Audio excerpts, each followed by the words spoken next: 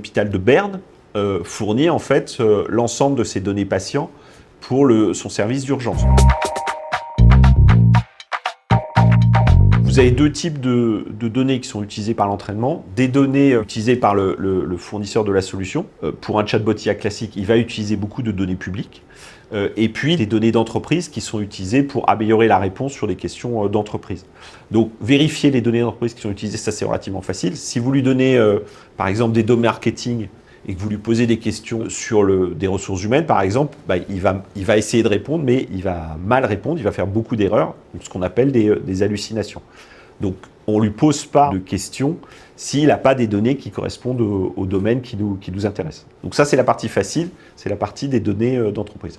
Pour les données publiques, c'est beaucoup plus difficile parce que en fait, les éditeurs de solutions ne publient pas de manière officielle les données qui sont utilisées. C'est-à-dire, d'une manière générale, on utilise toutes les données publiques accessibles sur Internet, c'est-à-dire, par exemple, l'ensemble des sites web qui ont été créés depuis 2008, c'est-à-dire on utilise des archives du net qui contiennent ces données-là pour entraîner les moteurs, mais ça ne vous dit pas en fait si dans ces archives-là, en fait, il y a des données de santé ou pas des données de santé. Si on en vient au domaine de la santé, par exemple, on sait que la majorité des outils ont été entraînés avec des données de PubMed, plus d'autres sources d'informations scientifiques dans le domaine de la santé, mais en tout cas les données de PubMed. Donc, on peut en déduire que l'IA va être compétente pour répondre à des questions sur des études cliniques, sur des résultats d'études cliniques, sur des choses comme ça.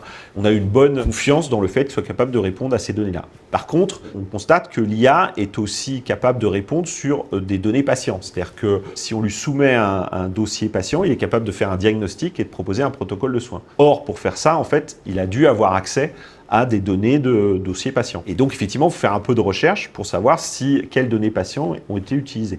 Alors, je vais donner quelques exemples. L'hôpital de Berne fournit en fait l'ensemble de ses données patients pour son service d'urgence. Donc, les éditeurs de solutions utilisent ces données-là en fait pour avoir une connaissance des patients en situation d'urgence. Au MIT, vous allez trouver en fait une base de données qui s'appelle Physionet, qui est en fait un ensemble de dossiers patients sur différentes thématiques. Certains éditeurs de solutions utilisent ce type de données pour alimenter avec des dossiers patients. Donc, on peut penser que dans ce cadre-là, ça le rend apte à répondre à des questions sur les diagnostics et les protocoles de soins.